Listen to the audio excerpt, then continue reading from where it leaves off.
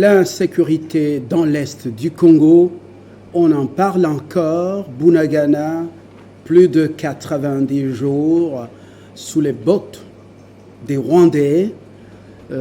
Oui, beaucoup de choses. Alors qu'au Congo, on semble s'associer, c'est une bonne chose, à la douleur, ou compatir à la douleur des Britanniques, avec le décès de la reine d'Angleterre, Élisabeth II. On a dit, vive la reine est morte, vive le roi, son fils, il succède. Voilà, nous compatissons, mais chez nous, nous voulons que le Congo soit intact et que Bunagana soit sous le contrôle des institutions et de notre armée. Le carburant, oui, avec la pénurie actuelle, ce n'est pas ça qui peut nous empêcher d'être là pour vous servir. C'est une actualité passagère, parce qu'on dit d'ici le 14, ça va être résolu, cette pénurie. Nous, on reste dans la partie orientale du Congo. Freddy Mulumba est avec nous, bienvenue. Nixon Kambale, je ne peux plus vous présenter, vous êtes très connu. Et Norbert Yamba Yamba, libre penseur, mais aussi politique, consultant dans plusieurs domaines. Et vous êtes le directeur du Centre pour la gouvernance. Et Freddy Mulumba, journaliste et politologue, écrivain également. Vous avez suivi Bintou Keïta. Elle dit qu'ils peuvent rien, ou ils ne perdront rien en quittant la RDC. A-t-elle tout simplement cédé à l'émotion pour oublier les voies ou les règles diplomatiques? Est-ce que les masques sont définitivement tombés? On en parle. Nous prenons notre ami Nixon Kambale pour la prise de parole. Vital Kamerhe entame une tournée dans la partie orientale avec sa formule. Il ne sait pas quelle recette il va appliquer parce que lui-même connaît ce qui arrive au Congo. Et puis, voilà, le ministre de l'ESU, qui est du coin, donc du Grand Nord, était aussi là. Quel est votre commentaire personnel alors que la force régionale pour l'Afrique de l'Est est déjà en déploiement au Congo? Merci Fabien, je salue mon grand frère Yamba ici, Freddy. Je peux dire Fabien, il y a deux ou trois choses. La fois passée, lorsqu'on était autour de cette table, c'était question de dire à quoi va servir les initiatives Obasanjo et Kamerhe. Et ça revient parce qu'évidemment, Kamerhe a entamé la tournée dans la partie orientale. Mais la question principale qui se pose, c'est de savoir, les initiatives-là vont résoudre quelle crise ou quel type de crise. Donc ici, il faudrait se poser la question, c'est quel type de crise que le Congo connaît aujourd'hui? Est-ce qu'une crise interne ou une crise internationale? Si c'est une crise interne, tant mieux, on doit nous dire clairement qui sont ces acteurs ou les belligérants de cette crise-là. Mais ici, au moins, le gouvernement avait pris une position claire. Nous faisons face à une agression. Donc, nous sommes à présent d'une crise internationale entre deux sujets du droit international. Et dans ce cas-là, je ne vois pas ce que l'initiative interne propre au Congo va résoudre comme problème. Parce qu'ici, le gouvernement a posé le problème clairement devant les instances internationales, même régionales, pour dire non, nous sommes agressés par un pays, le Rwanda, qui est là. Alors, si tel est le cas, les initiatives que sont de Obasanjo de Kamerhe ont-ils laissé les quitus de ces institutions-là, ça sait résoudre les crises entre deux sujets de droit international? Est-ce que c'est pas le président de la République qui essaye un peu d'occuper Vital Kamerhe pour qu'il soit quand même, qu'il se sente honoré après la prison? Est-ce que c'est pas une façon de le gérer aussi là? Non, parce que l'initiative ne vient pas du chef. Sachant que la crise dans l'Est, elle est multiforme. Non, la crise aujourd'hui n'est pas multiforme. La crise qu'il y a n'est pas multiforme. La crise a été bien définie par la RDC. nous avons affaire à une agression. Donc, c'est une crise entre deux sujets du droit international. Et dans cette crise pareille, on n'a pas d'autre choix que de voir les institutions qui peuvent intervenir sur le plan international. Si ces institutions n'interviennent pas, on doit se poser la question pourquoi elles n'interviennent pas? Parce que cette situation menace la paix et la sécurité internationale. Mais par contre, évidemment, c'est ce que je vais souligner, c'est que si nous pensons qu'il y a une crise interne, on doit nous dire qui sont ces acteurs de cette crise-là. Parce que même dans le format le Rwanda, nous avons affaire à des groupes terroristes. Si je prends le terme du gouvernement, les ADF, par le gouvernement, ont été qualifiés de terroristes. Donc même cette crise-là, je ne vois pas comment une initiative interne va devoir mettre fin à cette crise. À moins qu'on nous dise qu'au-delà de cette crise, il y a d'autres questions sous-jacentes qui ne sont pas réglées. Dans ce cas-là, on doit nous dire qui sont ces acteurs de ces questions-là. Voilà. Merci pour votre prise de parole. La toute première, Freddy Mulumba, quelle est votre analyse personnelle? Bintou Keïta vous dit et ils ne vont rien perdre. Ils ne perdront rien si, en fait, en quittant le Congo, on peut dire, on va vous laisser dans votre confusion, parce que de toutes les façons, vous n'avez pas la maîtrise de ce qui se passe, ça vient d'ailleurs. Et puis, il y a Caméré qui entame aussi une tournée de la paix. Bon, est-ce que c'est l'initiative d'Obasanjo? Qu'est-ce que ça pourrait apporter au moment où il y a une force? L'accord a été signé aujourd'hui avec la communauté est-africaine pour le déploiement de la force régionale. Alors, toutes les armées du monde chez nous, rien ne change. Finalement, on est où là? Où allons-nous? Oui, je pense que dans ces pays, il y a encore des hommes qui passent beaucoup de temps à la recherche. Le moment est arrivé que ces gens parlent. La confusion a tellement duré, notre peuple a perdu les repères et c'est dangereux. C'est le peuple ou l'élite? Je dis, le peuple a perdu des repères. L'élite se fourvoie. L'élite n'est pas consciente. Le peuple qui en souffre, ça fait depuis 1994. Vous pouvez vous imaginer, on peut dire des générations perdues. Des gens qui ont fui l'Est jusqu'à Kinshasa à pied. Des enfants qui grandissent là où il y a des coups de feu. Imaginez-vous les traumatismes que ce peuple de l'Est a.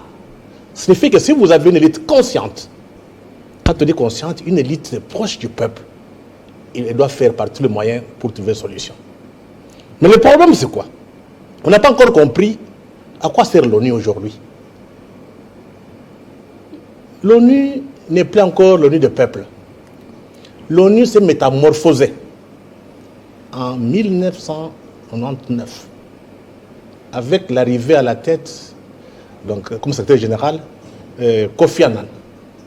Kofi Annan a permis que les multinationales accèdent, infiltrent l'ONU à travers le pacte mondial.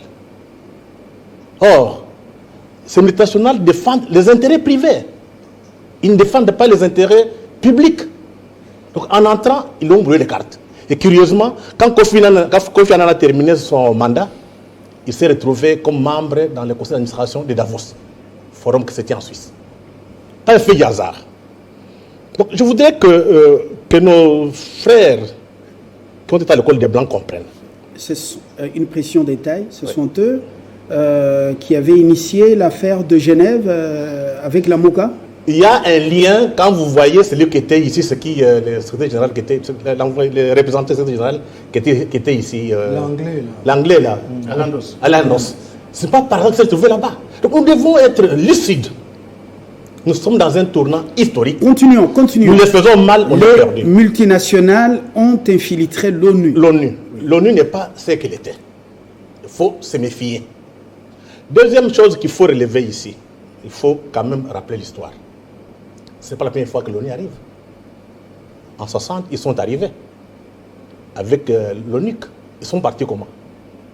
Quand on a refait l'armée, on vous a fait un coup d'État. Il ne faut jamais oublier ça. Et ça coûtait 400 millions, 130 793 dollars américains. Ils ont quitté le 30 juin, je pense, 1964. Ce n'est pas un fait hasard. L'ONU revient aujourd'hui, il vous consomme plus d'1 milliard chaque année. Ça fait plus de 20 ans qu'ils sont là pour quels résultats. Donc ça signifie quoi? Mais au lieu de cette ère, Bintou Keïta oublie que les diplomates, ils commencent à vous dévoiler des choses. Bintou Keïta, nous ne perdrons rien Bintou Keïta vous dit, quittant la RDC. Tu sais, Bintou Keïta vous dit la vérité. Elle est africaine. N'oubliez pas qu'elle vient de chez Sékou Touré. Hein. C'est un peuple qui s'est battu pour l'indépendance. Hein. Mais quand tous nos frères africains regardent les Congolais, ils se posent des questions. Elle n'est pas disciple de Sékou Touré. Non, le problème est qu'elle a toute cette culture-là. Non, elle est guinéenne.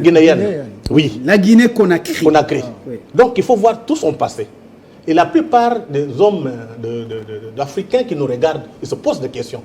Est-ce que les Congolais sont-ils à la hauteur des enjeux? Même quand on discute avec les Congolais, c'est comme des enfants. C'est comme s'ils sont ailleurs. Ils ne comprennent pas. Donc moi je pense que le moment est arrivé. Quand Bintou vous parle, il vous dit la vérité. Même si on partait, ça ne change rien. Ce qui est vrai. Parce qu'ils avaient une mission, c'est comment imploser le Congo.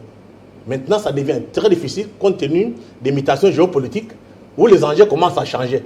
Mais il n'y a que les Congolais qui n'ont pas encore compris que le monde a basculé. Donc, ils sont encore dans des magouilles, dans des négociations pour des petits postes pour manger. Voilà, et je voudrais rappeler encore d'autres éléments importants. Il faut quand même qu'on en discute. Vous savez, l'ONU était ici en 60. Larry Delvin, un agent de la CIA qui était le patron à Kinshasa, à le Pôle vu dans les temps. Dans ses mémoires, il dit, on arrête le Lumumba. Pour qu'on comprenne, l'ONU n'est pas neutre. On arrête le Lumumba. Les Ghanéens demandent à ce qu'on puisse les protéger. Un mot d'ordre vient de New York. Par Ndaka Madior. Ne faites rien. Le Suédois. Oui. Et Lumumba est mort. Et il y a un professeur allemand de l'université de Berlin qui a démontré que Ndaka Madior n'était pas neutre. Il avait des liens avec une entreprise américano-suédoise qui voulait prendre la place de la Société Générale de Belgique. C'est pour vous dire que tout le monde que vous voyez ici, derrière, il y a des intérêts. Il n'y a que des Congolais qui sont naïfs, qui pensent que tout le monde vient nous aider. Je vais encore aller plus loin. Les rapports, donc les réflexions faites par Thierry, tu dois les connaître un peu très bien, Viglon, qui était ici, à l'Union africaine, pardon, à l'Union européenne, il est maintenant livré. 17 ans après, à quoi sert l'ONU? Je voudrais lire un peu la conclusion. Je préfère lire. Donc, rapidement. Les réflexions ont été publiées en 2016, en avril. Les rapports sur Internet. Prenez note, allez vérifier. Il dit, conclusion, après 17 ans de présence, y a-t-il encore un avenir pour la MONUSCO? L'histoire de la présence onusienne en RDC montre que les rares succès de l'ONU, entre parenthèses, élection 2006, la neutralisation 2023, ont résulté de la concordance des agendas politiques des membres du Conseil de sécurité, du gouvernement hôte et des principaux acteurs de la région. Quand cette concordance d'agenda en fait défaut, les acteurs internationaux qui ont une préférence pour la stabilité ne s'accordent que sur le maintien du statu quo, c'est-à-dire le maintien coûte que coûte de la MONUSCO, aussi inefficace soit-elle. Voilà. La conclusion, c'est celle-là. Voilà. Est-ce que nous, on a compris? Vous faites bien de poser la question. Vous avez pris un peu plus de minutes. Norbert Yamba, c'est votre tour. Bintou sincère avec... Plutôt, a finalement compris qu'il faut être...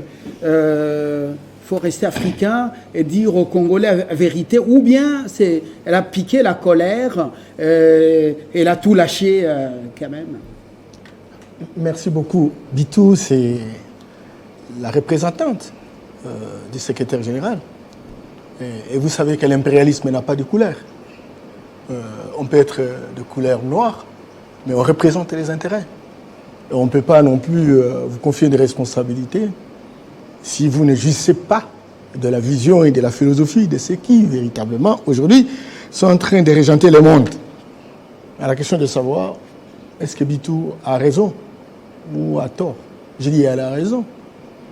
22 ans, Freddy venait de le dire.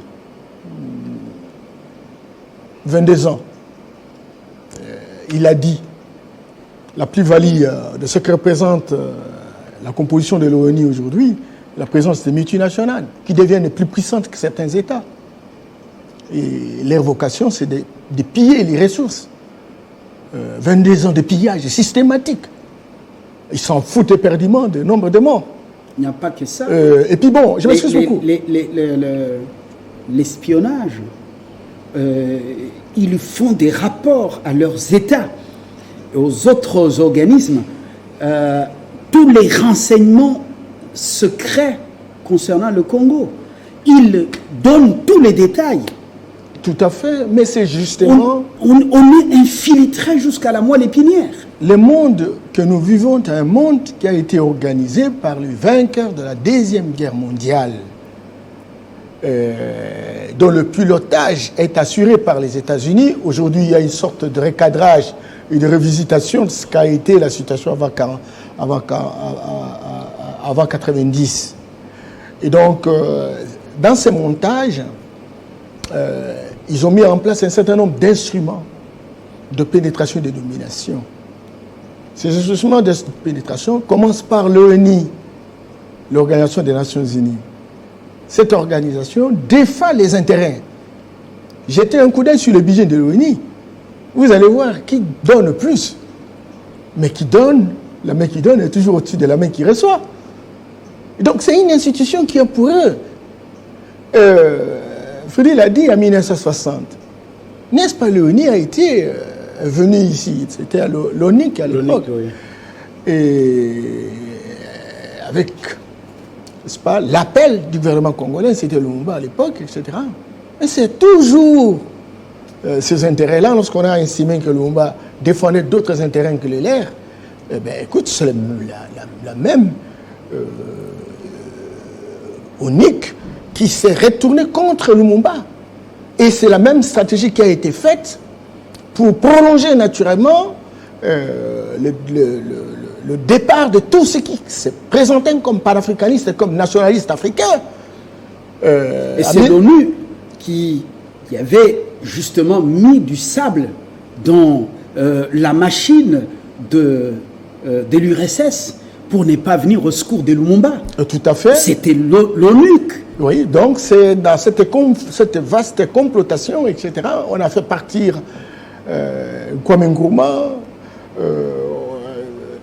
Sylvanus Olympio du Togo a été tué sur place au moment où il était au sein de l'ambassade américaine et il y avait la garantie de la présence de l'ONU, etc. Et donc, aujourd'hui, c'est la même recette. Regardez la situation au Mali. Ça a commencé par une rébellion. Après la rébellion, les djihadistes, etc. Regardez ce qui se passe chez nous. Il y a les ADF, il y a une rébellion. Entre-temps, il y a la MONUSCO. Au Mali, c'est la MINUSMA. Vous allez en Centrafrique. C'est la même recette. C'est la même recette. Les différentes forces africaines, etc., qui s'interposent. Bon, ces forces sont financées naturellement par l'extérieur et elles sont aussi téléguidées par l'extérieur. Ce n'est pas pour rien que les forces ghanéennes, qui étaient venues sur l'appel de Lumumba, n'ont pas réagi pour soutenir ou défendre Lumumba. Donc, Bintou, comment on appelle ça? Bintou Keïta. Bintou Keïta a raison. Parce qu'effectivement, pendant 22 ans, ils ont exploité le coltan, ils ont exploité le cobalt, tous ces minéraux stratégiques, etc. Mais, croyez-moi, ils ont trouvé des relais volontaires. Parce que généralement, quand ils s'en vont, ils essaient de recruter. C'est ce que disait tout à l'heure Freddy sur la qualité de l'élite, la vocation de l'élite, le degré de nationalisme de l'élite. L'élite a une vocation mercantiliste.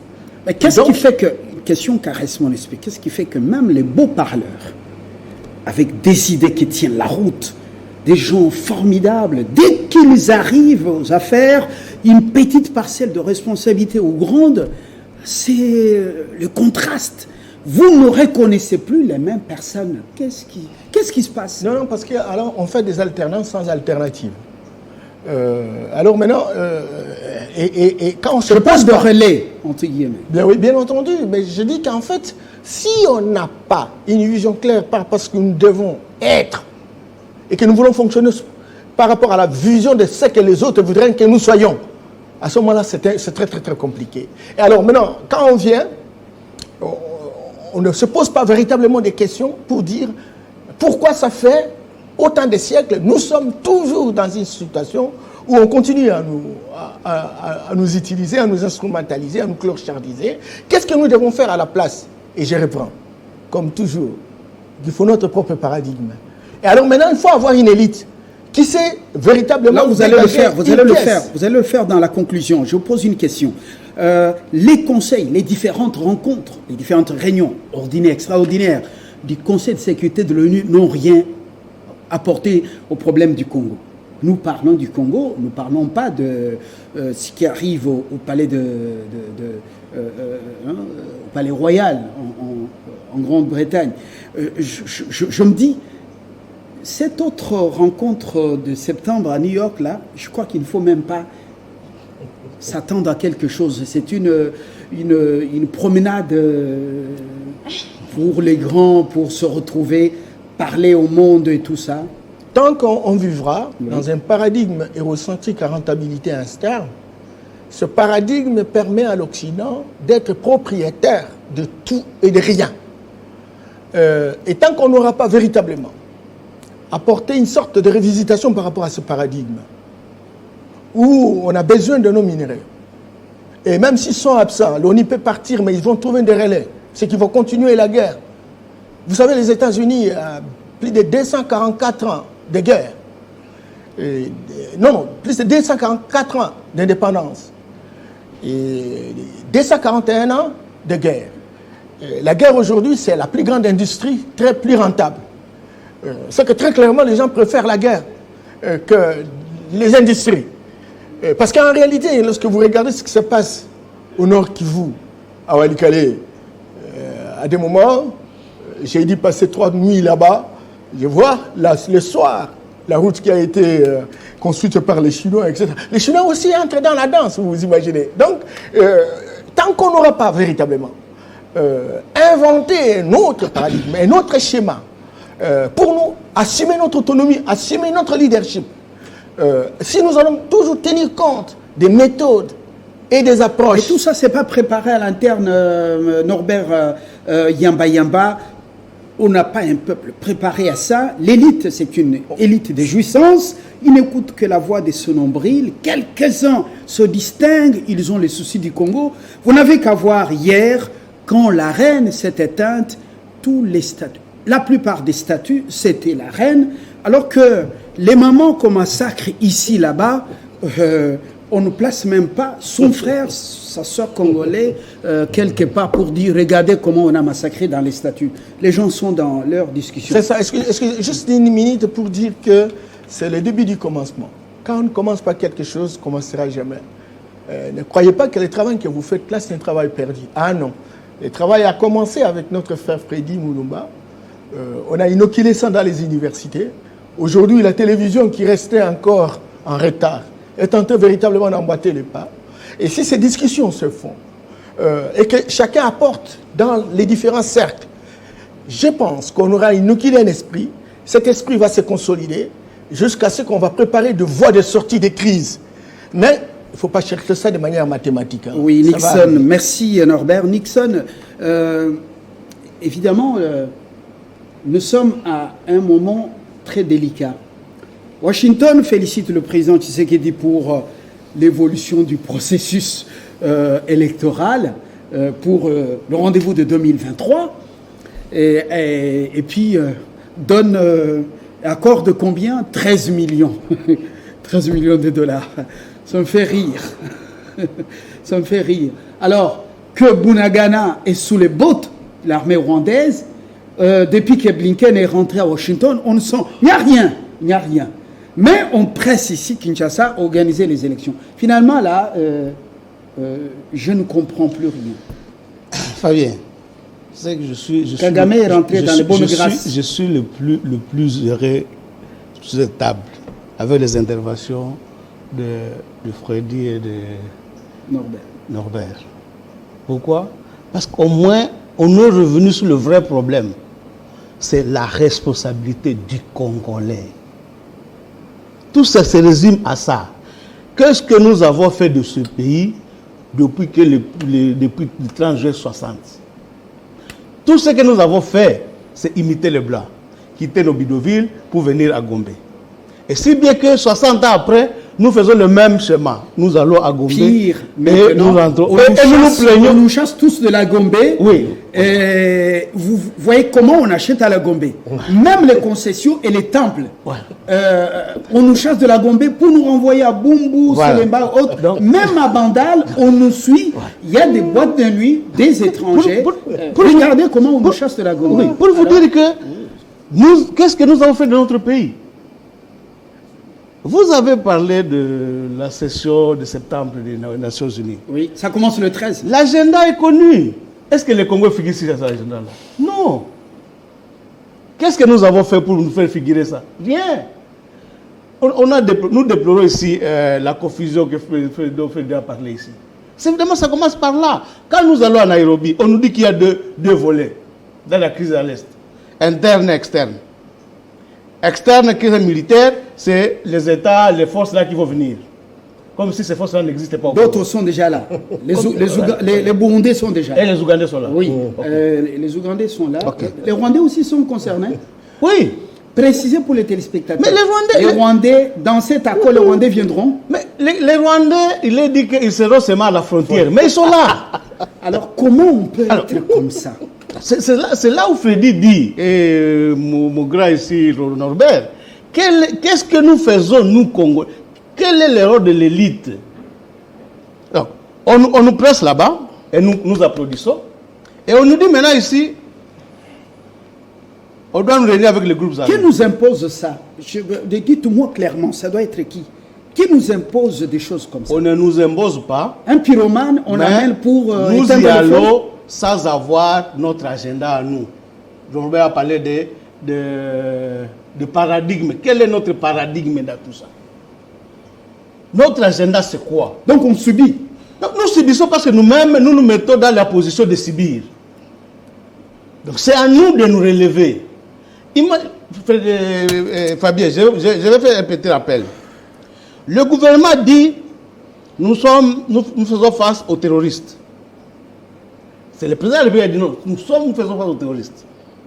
Le ministre des Affaires étrangères arrive au Conseil de sécurité, il dit que le Conseil nous aide à désarmer les rebelles. Donc ça fait deux qualifications qui met le partenaire dans une confusion totale. Parce que si nous parlons que c'est les rebelles, donc nous reconnaissons que les M23 a des revendications légitimes. Ça veut dire, le Premier ministre à Tunis dernièrement, il arrive à Tunis, il lui dit, le terrorisme c'est l'accord de l'Afrique, mais ici chez nous c'est des groupes armés.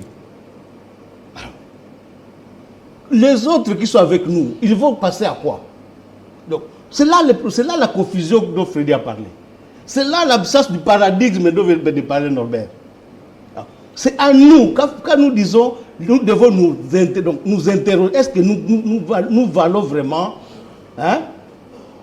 Quelle est notre valeur comme intellectuel? Est-ce qu'on peut nous éliminer tous si l'élite, nous avons une élite qui reprend conscience et qui devient audacieuse? Est-ce qu'on va nous éliminer tous? Norbert a parlé, même vous-même, vous C'est avez parlé. une question claire. Est-ce qu'on peut nous éliminer tous? Non, on ne peut pas nous éliminer d'abord. Alors, mais le problème que nous avons, et vous l'avez dit, il y a des infiltrations à différents niveaux. Norbert a parlé de relais, même si le parti a des relais. Est-ce que nous sommes prêts, nous aussi, à nous attaquer à ces relais-là? Est-ce qu'on peut les identifier facilement? Un exemple simple. Chaque jour, nous nous plaignons, et même les institutions se plaignent, que le militaire au front n'a pas à manger. Mais pendant ce temps, nous constatons que des maisons poussent, qu'on dit que ce sont des maisons de généraux à Kinshasa. Ces maisons, ces généraux trouvent l'argent où? Vous avez des preuves? Non. Vous avez vu ces maisons des généraux? Nous sommes à la télé, ne racontez Papa, pas n'importe quoi. je dis ceci. Pour révolter la population Je ne contre son révolte pas. armée. Je ne révolte pas. Vous avez déjà vu ces maisons-là? Est-ce vrai que le militaire n'a pas l'argent s'il le faut? Est-ce vrai que le rapport du Parlement a relevé que les 13 millions étaient restés à Kinshasa? C'est le rapport du Parlement. C'était resté pour faire quoi? Le rapport de la Commission de défense et sécurité a relevé ça. Le président de la République arrive à Béni. Il dit que je n'avais pas encore compris la gravité de la mafia au sein des forces armées. Il a même dit qu'il n'est pas exclu que nos forces soient aussi complices. Ça, c'est le président de la République. Il a dit ça pourquoi? Parce qu'il est déçu. Il est déçu. Les moyens qui sont débloqués, pourquoi les militaires n'agissent pas sur le terrain? Le commandant suprême devait se plaindre ou il devait agir? Oui. Il est le commandant suprême de FARDC et de la police. Il y a des institutions qui sont là pour le faire. La justice militaire. On est en train d'arrêter, il y a des jugements pour certains, mais ça doit faire plus. L'inspection générale de FARDC. Oui, de FARDC. Lui-même, l'inspecteur général était parti à Bounia. Il a relevé évidemment la magouille. C'est connu.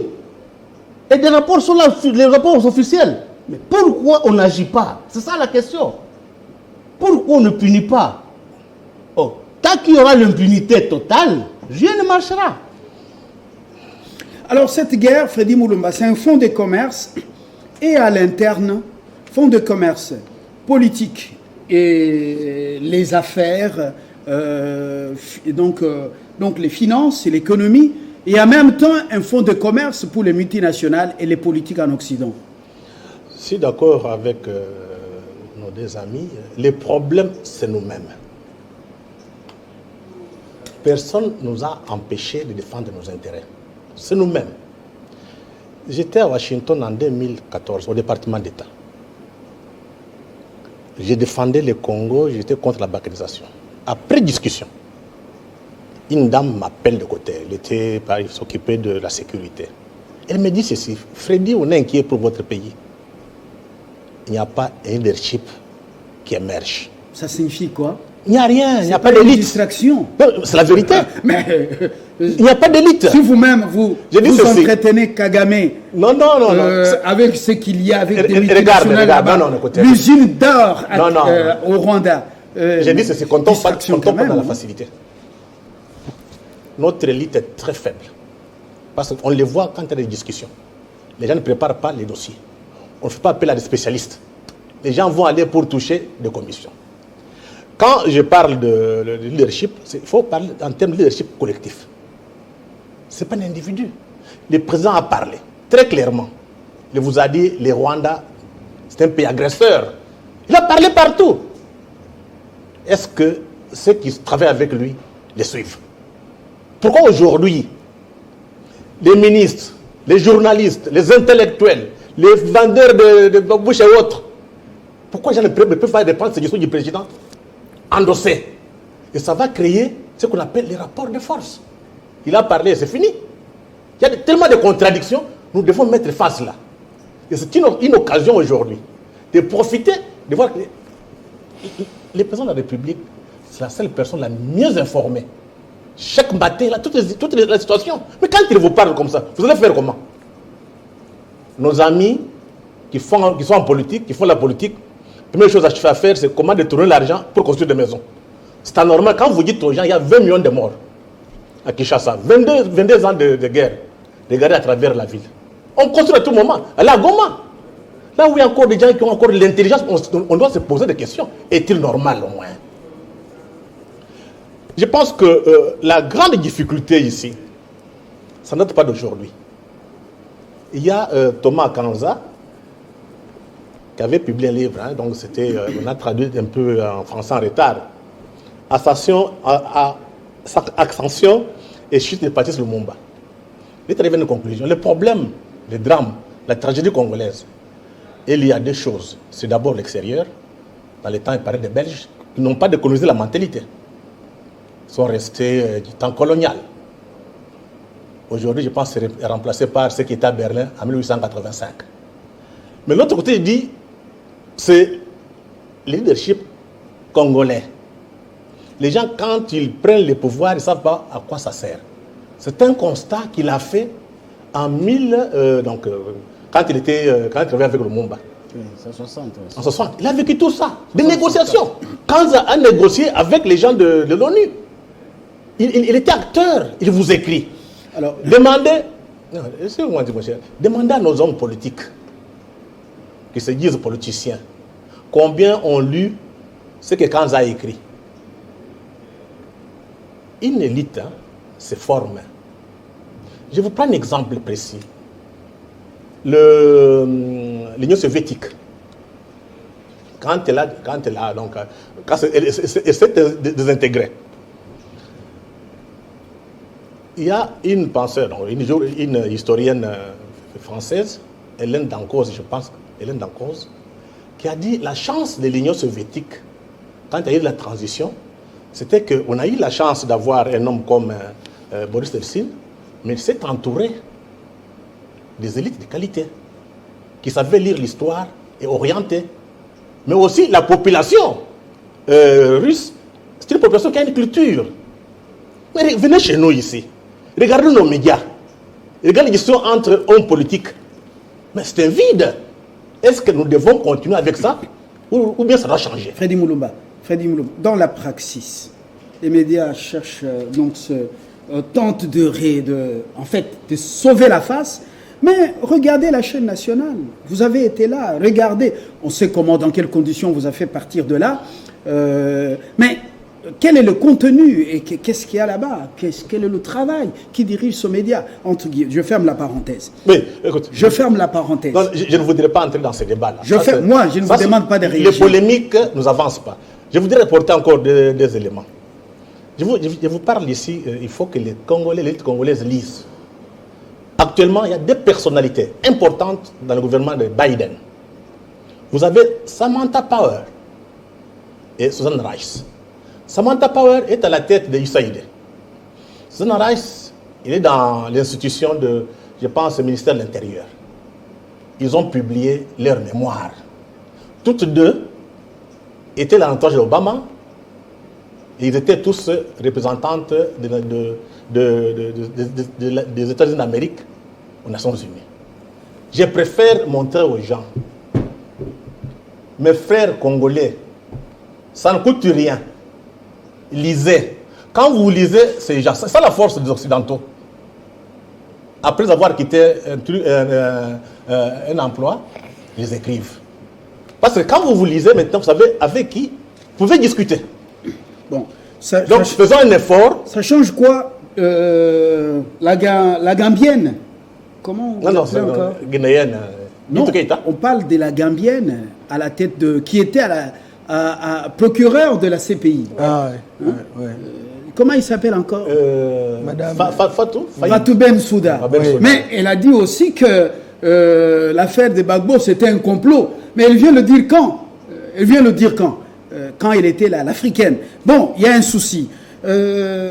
Norbert Yamba, à Kinshasa, pendant que Bunagana est sous les bottes du Rwanda, à Kinshasa, nous sommes nous sommes dans le phénomène poudre après la publication des résultats, diplôme d'État ou résultats, examen d'État. On est dans la fièvre des remaniements. Qui doit partir? Qui doit intégrer le gouvernement? Combien de warriors vont partir? Sama, le chimiste, partira ou il va rester?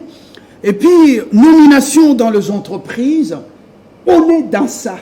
Et puis, des coups qu'on donne à certains animateurs des institutions. On laisse les vrais problèmes dans l'Est et la survie de la nation en danger. Est-ce que c'est responsable? Bon, est-ce que c'est responsable? C'est bien étudié par les services de renseignement extérieur? Non, il n'y a pas que les services de renseignement, parce que l'évaluation relève véritablement de la compétence du gouvernement. Lorsque on a mis en place un arrangement institutionnel animé par une équipe, on évalue les résultats et on peut dire qu'il y a moyen de résister tel ou tel endroit, etc. Le faire, ce n'est pas un crime de lèse-majesté. Le faire, c'est donner la possibilité d'avoir des hommes et des femmes plus efficaces pour apporter un peu plus de plus-value, pour permettre à ce que véritablement la solution soit trouvée. Est-ce que c'est pour autant dire que lorsque on est engagé à changer dans telle ou telle entreprise, etc., encore qu'ils sont des soldes qui ont duré pendant longtemps, est-ce que c'est pour autant dire qu'on a réduit l'efficacité sur le terrain de bataille? Moi, je dis non. Toute la problématique sur la guerre dans l'est de notre pays repose sur la prise en charge de notre destin par nos forces militaires. Nos forces militaires, et cela est très important. Et je crois que lorsque vous regardez les cheminements du président de la République, il n'a jamais cessé de le dire, que l'axe militaire est fondamental, mais il faut aussi l'axe diplomatique. Les deux font commune. Donc on n'a pas abandonné. Mais on peut aussi y mettre un peu plus de tonus pour avancer un peu plus qu'avant. Donc sincèrement, je ne partagerai pas ce que vous parlez de la responsabilité ou non. Je dirais que oui, ça peut être responsable lorsqu'on veut véritablement changer. J'ai entendu tout à l'heure Freddy, comme Nisson, dire qu'il y a un problème d'élite. Bon, ce sont ces élites qui gèrent la République, ce sont ces élites qui se retrouvent dans les institutions de la République. Alors maintenant, celui qui est censé voir le travail et la performance de tout un chacun, c'est le Premier ministre, c'est le Président de la République. Et donc, sur base de cette unité d'observation, on peut dire, nous prenons des mesures courageuses pour avoir des hommes et des femmes qui sont capables de changer la situation. C'est de la responsabilité. Eh bien, écoutez... Est-ce qu'il y a de l'espoir? Je rebondis dans votre argumentaire. Est-ce qu'il y a encore de l'espoir pour ceux qui nous suivent, tous ces Congolais et toutes ces Congolaises? De l'espoir, vous vous souvenez de ce que ça a donné, de ce qu'a été le résultat du printemps arabe en Tunisie, ce que ça a donné en Libye et ailleurs. Lorsque la révolution vient du peuple et qu'il n'y a pas une élite qui doit coacher, guider le peuple, comme les philosophes au XVIIIe siècle en France, si il y a une élite des jouissances, une élite qui a peur, qui ne pense que à sa bagnole et à sa maison, quelque part à Kinshasa, qui ne pense qu'à son poste, quel espoir encore garder de cette élite qui est allée à l'école de Blancs, bon, aujourd'hui l'école des Noirs, entre guillemets, ce peuple qui souffre à Kenankuna, qui souffre en Ananjika, à Lusambo, à Katakokombe, qu'est-ce qu'il peut encore espérer de tous ces gens qu'il a envoyés à l'école?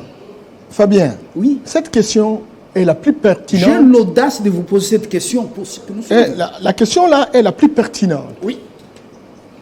Parce qu'elle pose la question de savoir quelles sont, n'est-ce pas, les conséquences, n'est-ce pas, de la gestion de nos élites par rapport à la situation de nos concitoyens. Si on répond à la question, à ce moment-là, on aura fait un bon bondissement. Cependant, moi je crois qu'il y a encore de l'espoir. Regardez comment vous avez changé même le casting de cette émission, qui est suivie par ailleurs à travers le monde. Vous avez estimé que le problème est plus difficile, plus complexe que d'appeler, certes, tout un chacun a la liberté de pouvoir dire ce qu'il pense, ça c'est évident, mais quand même que les gens y réfléchissent pour permettre à ce que on donne au gouvernement de la République, aux décideurs, un certain nombre d'inputs qui leur permettent de prendre des décisions non seulement courageuses, mais déterminantes pour l'avenir de notre pays. Mais écoutez, quand même, au moment où on me pose cette question, on me dit de la rappeler. Comment Kinshasa attend de Blinken et de Washington des mesures fortes, même au sein de l'ONU, contre Kagame et son régime sanguinaire? On vient nous proposer 13 millions pour le processus électoral. Des élections qui vont encore nous amener des problèmes. Je vais terminer sur cette question. D'abord, élection. Bon, Élection, c'est la formule occidentale. Et même chez les Occidentaux, il y a une nuance au niveau de l'approche. Nous avons adopté la formule occidentale, qui du reste est un piège, parce qu'on sait que les élections vont aboutir à des conflits récurrents. Et donc, les élections ne donneront jamais solution. Et ça leur permet véritablement d'avoir un terrain fertile, même des graines pourries peuvent bien germer.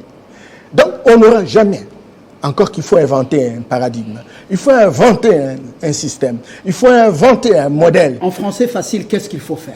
Ça veut dire en fait qu'il faut sortir véritablement de la coquille à l'occidental. Qui doit faire ça? Eh bien, écoute, mais c'est tous les chercheurs. Regardez, il est responsable de la Souvent, gouvernance. à Longinaye, on écrit les pourcentages même sur les joues et sur les t-shirts. Mais c'est alors, mais pourquoi qui doit changer ça? C'est tout le monde. Écoutez, un garçon de l'ISP Bounia écrivait en 1978, payons le droit à la contestation. Payer le droit à la contestation ne relève pas essentiellement des dirigeants de la République. Regardez cette remise en question. Avec mon ami, mon frère, mon ami Freddy, etc., nous sommes en train de remettre en question. Il a posé un problème réel. Il dit, mais la paix, la crise, c'est laquelle? Et alors, on fait le spectacle ou on fait véritablement trouver solution? Et alors, maintenant, toutes ces questions questionnantes sont en train d'être mises sur la table. Nous sommes en train de nous poser des questions pour l'avenir de notre pays.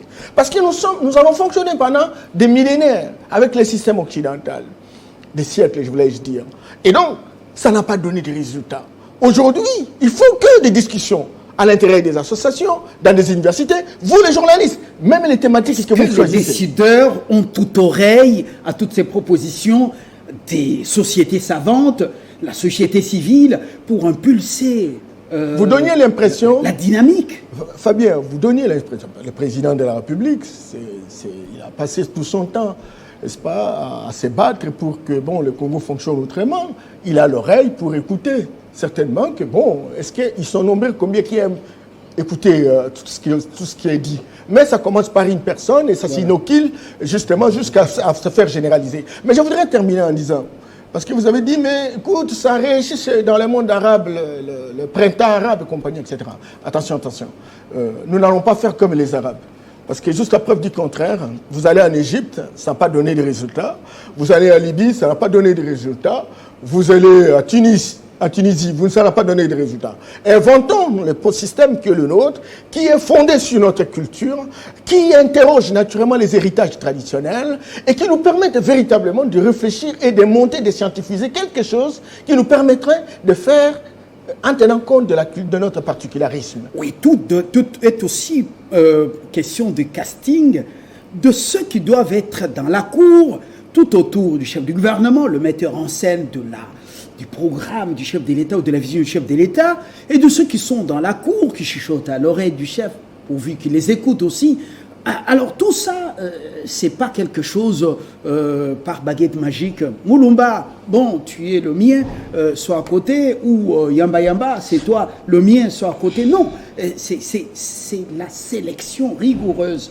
Monsieur Kambale, nous terminons, on amorce l'atterrissage. Il n'y a pas de résultat escompté à attendre de la tournée de Vital Kamerhe, caravane de la paix. Même Mouyindo, il est allé peut-être passer ses vacances ou bien peut-être motivé beaucoup plus pour son nouveau parti. Et puis, voilà. Obasanjo, lui, ce n'est pas quelqu'un, ce n'est pas le Messie pour le Congo. Et du coup, l'Occident ne nous apporte pas grand-chose. Et nous-mêmes, nous n'avons que nos yeux pour pleurer. Les yeux pour pleurer, oui et non. Moi, je dirais, nous devons faire quelque chose. Et il y a des bases pour cela. Lorsque les autorités, la haute autorité politique du pays prend position, il appartient non seulement à ceux qui sont autour de lui, mais évidemment à tous ceux-là, les intellectuels, comme nous le faisons ici, à comprendre cela et à relayer cela pour que le peuple soit mobilisé. Je peux vous dire, pourquoi je dis souvent qu'il y a espoir? Parce que la mobilisation de la population congolaise n'a jamais d'égal à travers le monde. Sinon, le pays a dû être implosé depuis. Et c'est cet espoir-là, cette mobilisation-là qui fonde l'espoir d'une République démocratique toujours unie jusqu'à aujourd'hui. Et tant que cette population sera mobilisée, on aura toujours cet espoir. Mais alors, il faut maintenant transformer, il faut utiliser ces énergies-là de la population de manière rationnelle. C'est là où se pose vraiment le problème de leadership. Donc, le leadership doit comprendre, vous avez dit évidemment, nous avons de le dire, le printemps arabe a eu des effets parce que c'était la population, mais il n'y avait pas d'élite. Les leaders politiques sont venus seulement se greffer pour servir de relais de ceux-là qui continuent à tirer les ficelles derrière la source de la population. Donc, ne tombons pas dans ces pièges-là. Aujourd'hui, ça peut nous servir de l'esprit. Non. Comme la population est mobilisée, comme aujourd'hui, la population est mobilisée, non, nous voulons le départ de la MONUSCO parce que nous constatons que la MONUSCO et ainsi de suite. Prenons cela. C'est vrai, j'aimais bien que le ministre Mouindo en a parlé à Boutembo en disant oui, nous avons écouté ce que la population a dit et nous avons dit travailler. Vous y travaillez comment?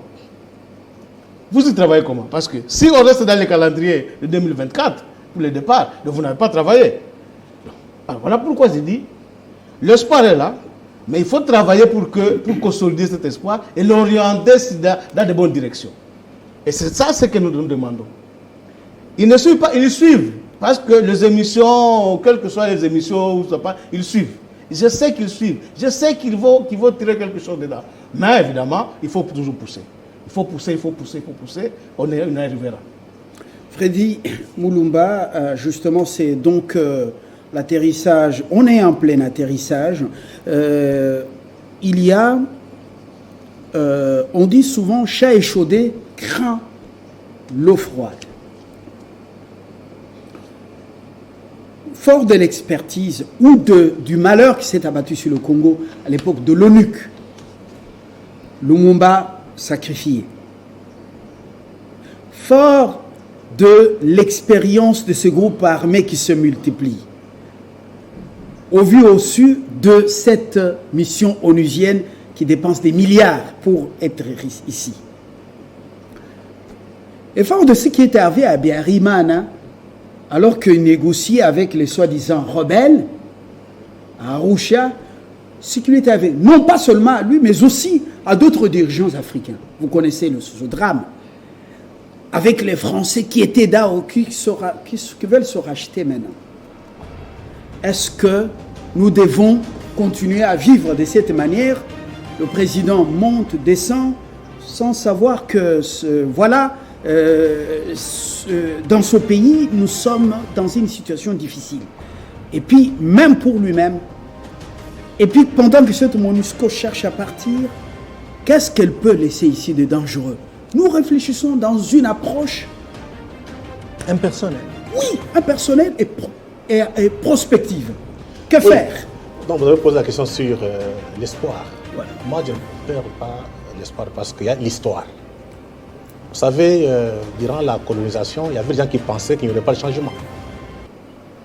Après 1945, les choses ont basculé. En 1960, les Belges qui ne pensaient pas quitter ce pays ont été chassés. Ils sont partis en débandade. Donc, cet événement historique peut nous donner un peu d'espoir en disant le peuple a toujours le dernier mot. Deuxième élément, c'est les changements géopolitiques. Nous sommes dans une mutation sans précédent. Il y a un monde multipolaire qui se met en place. Le Congo reprend sa place. J'ai dit la fois dernière, M. Kagame et M. Museveni ont été utilisés par les États-Unis d'Amérique à partir de Bill Clinton, donc à partir de l'administration Bill Clinton. C'était suivant les paradigmes de la lutte contre le terrorisme. Aujourd'hui, il y a un nouveau paradigme, le paradigme de concurrence, de compétition entre grandes puissances. Le Congo reprend sa place. Mais la difficulté chez nous, les élites, pas toutes, la plupart des élites ne sont pas à la hauteur. Ils n'ont pas tiré ni les leçons de l'histoire, et puis beaucoup ne vont pas plus loin. Regardez les discussions ici. Comment se partager le pouvoir? Même quand on dit on va aller aux élections, il faut partager le pouvoir. Une telle élite, il ne faut pas espérer. Donc la seule chose qui nous reste aujourd'hui, il faut renouveler l'élite, la changer. On n'a pas d'autre choix. Sans une élite de qualité. Comment on va renouveler? Moi je pense qu'aujourd'hui, il y a quand même au village là, on sait qui est qui. Si tu es un voleur, mais tu n'as pas droit à un poste au village. Comment est-ce que nous, on peut permettre aux voleurs d'accéder au pouvoir? Ça doit s'arrêter. Donc c'est une conscience nationale. C'est là où on doit voir les élites qui doivent s'assumer. Les politiques négocient, il faut comprendre. Mais ceux qui se disent intellectuels, philosophes, historiens, politologues, économistes, il faut que ces gens parlent. Et c'est là où j'ai dit, il faut que les médias jouent leur rôle. Ça signifie qu'il faut permettre à tous les médias d'avoir des gens de qualité. Mais quand vous voyez vos médias, c'est la confusion totale. On ne fait pas les médias quand on est pauvre. Vous savez que les médias, ce n'est pas une affaire. Non. Monsieur Moulumba. Qu'on ne tombe pas dans ces pièges. Qui subventionne ces médias? Non. J'ai dit c'est d'abord la volonté. Regardez aujourd'hui avec les nouvelles technologies. Ça coûte quoi pour avoir un compte Twitter? Regardez ceux qui sont dans les réseaux sociaux. C'est la médiocrité. Et curieusement, vous voyez que ces médiocres-là sont suivis. Et vous qui donnez des idées claires, personne ne vous suit. Ça signifie que les problèmes, c'est nous. Si par exemple, il y a beaucoup d'intellectuels qui tweetent, qui font des vidéos comme notre frère le fait régulièrement, s'ils sont nombreux, on crée une masse critique, les médiocres vont s'effacer. Pourquoi ces médiocres aujourd'hui sont dans les médias? C'est parce que ceux qui doivent parler n'ont pas le courage de s'assumer. Voilà les problèmes. Donc, les problèmes, c'est nous. Il nous faut de nouvelles élites, des élites conscientes, honnêtes et compétentes. Et des élites qui aiment ce pays. Et des élites qui pensent qu'après elles, l'histoire en tiendra compte. Mais pas des élites qui passent tout le temps à chercher des voitures, voyager en first class, en train de boire la champagne. Aux médias, certains même qui s'enivrent en prenant la champagne. Ça ne marche pas comme ça. Alors que les enfants ne sont pas à l'école. C'est que l'élite. Donc, si nous voulons que ça change, changeons d'élite. On n'a pas d'autre choix. Robert Bayamba, vous allez boucler justement. Nous sommes bien consolés. Bon, voilà, c'est une joie. Lorsque l'enfant a décroché un diplôme, c'est bien. La poudre, là, comme on le voit, c'est devenu un phénomène national. Et puis, voilà, il y a ce remaniement qui est attendu par beaucoup aussi. Peut-être que d'autres changeront de discours après remaniement, s'ils sont dedans ou pas, et la suite des nominations dans les entreprises publiques. Alors, quel conseil vous prodiguez aujourd'hui? Maintenant, pour terminer, on sent que la MONUSCO est aux abois, elle doit partir, les affaires vont terminer pour certains, et en même temps, ce n'est pas la fin du calvaire au Congo. Alors, donc, on dit élection. Je voudrais simplement dire que la MONUSCO va partir, mais la MONUSCO va rester. Parce que c'est le système fondamentalement occidental où on devient absent, mais on laisse des relais volontaires. C'est très important. Et la question revient à ce que va-t-on accepter que ce volontaire fasse la même chose que la MONUSCO? La MONUSCO est en train de peser son budget. Mon ami Freddy l'a dit, 1,5 milliard de dépenses l'an. À ce moment-là, ils peuvent partir, mais ils laissent des relais. Ça coûterait moins cher. C'est au Congo maintenant d'affirmer son leadership pour assumer véritablement ses responsabilités. Deuxième chose, je voudrais simplement dire que, partager ce que disait tout à l'heure mon ami Freddy, lorsqu'il dit que le Congo doit reprendre sa place. Mais je voudrais également insister par rapport à ça pour dire que reprendre sa place vis-à-vis de qui? Vis-à-vis de l'Occident ou de l'Orient? Si hier, il avait perdu sa place vis-à-vis de l'Occident qui a fait comme il en a voulu, etc. Il y a multipolarité aujourd'hui, il y a l'Orient qui s'ajuste, mais il faut la même danse. Je crois que le plus important, c'est notre autonomie, notre capacité de générer nos propres alternatives. Certainement que ça ne va pas se faire de manière mathématique, mais il faut y aller graduellement. Et pour terminer, je pense, on peut tout dire. Si nous ne trouvons pas notre propre paradigme, j'insiste, c'est le paradigme, mais c'est un modèle, c'est un système de valeurs. La démocratie occidentale ne nous amènera nulle part. Donc il faut aller au référendum. Non, vous allez au référendum avec quelle constitution? Oui, et puis c'est sûr de quel droit? C'est le droit gréco-romain qui est un piège. Il faut ressortir les héritages traditionnels, les moderniser, les scientifiser. C'est très important. Nous avons connu à l'époque une confédération de royautés. Nous avons connu des royaumes. Vous voulez qu'on adapte notre démocratie à notre situation. Oui. Regardez, la Russie a adapté. Le perdant dirige avec le gagnant dirige avec le perdant, ou c'est le perdant qui devient le Premier ministre? Il n'y a pas une recette, mais réfléchissons. Quel est le modèle qui nous correspondrait, qui nous donnerait moins de problèmes? Ça, nous devons faire cette réflexion. Et il y a carence de ceux qui sont intéressés par rapport à la question. Parce que tout le monde veut donner solution par rapport à ce qui existe et qui a existé pendant longtemps et qui ne nous a pas donné de résultats. Et donc, nous voulons maintenant qu'on tente de nouvelles expériences. Dans quel cadre on peut réfléchir autour de ça, autour d'une telle proposition? Dernièrement, si on peut s'inspirer de ce qu'a fait la France, Macron a réuni les Français, les meilleurs d'entre eux, dans les différents secteurs de la vie nationale. Il a dit que la démocratie est essoufflée, elle est fatiguée, elle est épuisée, elle est dépassée. Il faut réfléchir sur un nouveau modèle, parce que nous sommes en train véritablement d'avancer, sinon ça sera l'effondrement. Et ils ont réfléchi ensemble, ils ont fait un montage d'un arrangement institutionnel. Bientôt, ils vont mettre en place un autre système à la différence de l'ancien. Et donc, le président de la République, qui est du reste le pilote, pourquoi pas, n'est pas initié à travers les universités, à travers les cercles, les associations, etc., pour qu'en fin de compte, des gens spécialisés comme mon frère Freddy Papa, je le vois, il est tellement avancé dans cette expérience où il peut modéliser les idées, etc., construire quelque chose qui permettrait de devenir un système de valeurs. Merci. Ça, on en a besoin. Encore qu'il faut tenter. Je ne dis pas que lorsqu'on aura acquis un nouveau système de valeurs, c'est que tout de suite la situation change. Mais je dis on aura posé un premier pas et le premier pas a toujours été le plus long. Merci beaucoup Norbert Yamba. MONUSCO ici ou non, donnons les moyens qu'il faut à notre armée. Extirpons de cette armée, de ces forces armées, les traîtres, les collabos, les relais du Rwanda et de l'Ouganda et même des multinationales. Comme l'avait proposé autrefois quelqu'un ici. Extirpons des services de renseignement et de sécurité, des relais et laissons les patriotes, de gens qui aiment réellement le pays, pas l'amour labial, l'amour platonique, le vrai amour de cette nation. Des gens qui savent se sacrifier pour les futures générations. Et ensuite, la société civile doit être efficace, pas une société civilement politique. Et que les médias, nous puissions jouer notre rôle. Avec ou sans nous, le Congo atteindra sa destinée contre la volonté de ceux qui sont en Occident, qui ont planifié notre malheur. Et puis, voilà, c'est par ici qu'on termine. Freddy, merci. Merci Norbert. Merci Nixon.